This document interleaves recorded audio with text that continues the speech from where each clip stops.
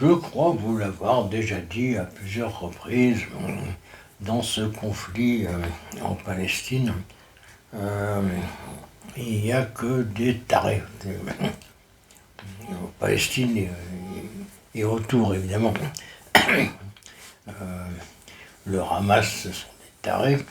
Euh, le Hezbollah, ce sont des tarés, ils pourrissent la vie des Libanais. L'Iran, bah, ce sont des tarés aussi, bon, qui, en fait, ce sont les gardiens de la révolution qui pourrissent la vie des Iraniens, qui essayent de sortir la tête de l'eau, mais c'est pas possible, quoi. Bon, parce que les mecs, ils tiennent tout, ils tiennent l'économie, l'armée, ainsi de suite. Bon. Et puis côté israélien, bah, on a une espèce de criminel à tout point de vue, Netanyahou, un futur repris de justice qui s'accroche au pouvoir, qui provoque des guerres pour pas aller en prison, quoi. Bon. Donc, bah, comme déjà indiqué, il n'y a pas de bon dans cette affaire.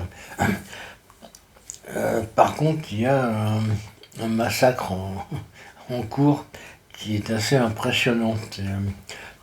Je comprends même pas que. Enfin bon, maintenant avec Trump, ça va encore s'aggraver, mais je comprends même pas que les pays étrangers ne mettent pas un sérieux coup de frein à ce qui se passe actuellement. Au cours des 6 premiers mois de guerre, après le pogrom du 7 octobre, moi je n'ai pas peur des mots, c'était bien un pogrom, c'était bien du terrorisme antisémite, tout ce que vous voulez. Bon. Mais après, en l'espace de 6 mois, ils ont balancé 70 kilotonnes de bombes. Hiroshima, c'était 15 kilotonnes. C'est pour vous situer le niveau de la défense, la riposte.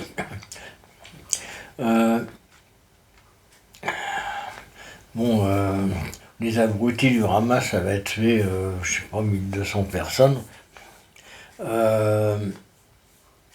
Et puis, eux, ils ont carrément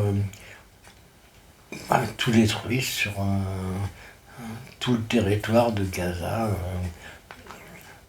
Et puis, ils ne s'arrêtent pas là. C'est-à-dire qu'en plus, ils coupent tous les approvisionnements en nourriture, en eau, en gaz, en pétrole, en tout ce que vous voulez, en médicaments aussi.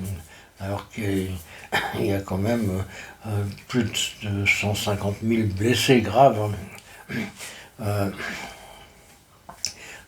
Ils détruisent tout. Les centrales électriques, les écoles, les hôpitaux. Alors bien sûr, il va y avoir de la famine, des épidémies, et ainsi de suite. Et bon, on les laisse faire. Hein, c'est pas une très bonne idée de les laisser faire. C'est même pas rendre service aux Israéliens que de les laisser faire ça, parce que leur image va être terriblement dégradée, comme on peut le constater. Ça va devenir des monstres, en fait, là, aux yeux des gens. C'est pas très intelligent. Ils croient qu'ils vont régler tous leurs problèmes de survie au milieu des pays musulmans. Non, c'est exactement l'inverse qui va se produire. Ils vont devenir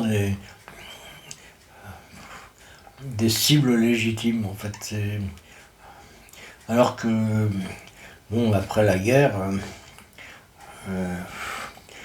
critiquer les juifs, c'était monstrueux, bon, c'était inacceptable. Maintenant, c'est un truc qui commence à apparaître, et puis c'est sûr que ça va très très mal finir, cette affaire. Ils ont voulu jouer à la conquête de l'Ouest, vous savez, les pionniers qui massacrent les Indiens, c'est bon. Mais il n'y avait pas la télé quand même pendant la conquête de l'Ouest. Là, c'est différent quand même. Bah, ils ont joué avec le feu, puis ça va forcément très mal se passer. Il y a des connards qui émigrent en Israël parce qu'ils pensent qu'ils sont mal vus en Europe, mais non, c'est une mauvaise idée aussi. Hein. Bah, c'est tout. C'est peut-être pas gay ça comme chronique, mais je suis un peu scotché par ce qui se passe en fait. Ça, moi je m'en fous hein, de ces conflits à la con entre des gens qui sont tous des abrutis, bon, mais il y a quand même des victimes qui sont des pauvres gens. Quoi. Donc, la majorité des morts, c'est juste des femmes, des enfants, des gens qui n'ont rien fait. Quoi. Ouais, c'est con.